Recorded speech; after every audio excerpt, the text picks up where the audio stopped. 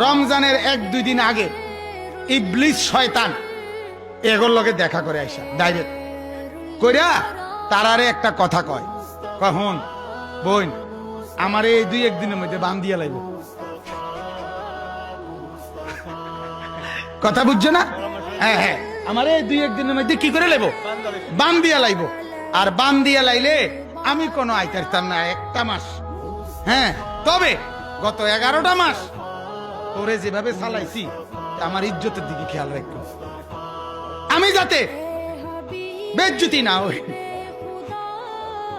তুমি আমি না থাকলেও না আইতাইলে কিছে, তুমি আমার দায়িত্ব পালন করবা। আর বেরিয়ে বলে দিছে আপনি নিশ্চিন্তে, আপনি নিশ্চিন্তে যান, আপনি কোনো টেনশন করেন না।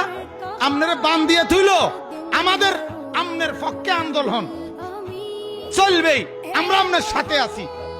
যা দরকার 1 মাস পরে ছুড়াইলে আইয়া দেখবেন আমি এই ডকেরে আছি। বলেন নাউজুবিল্লাহ।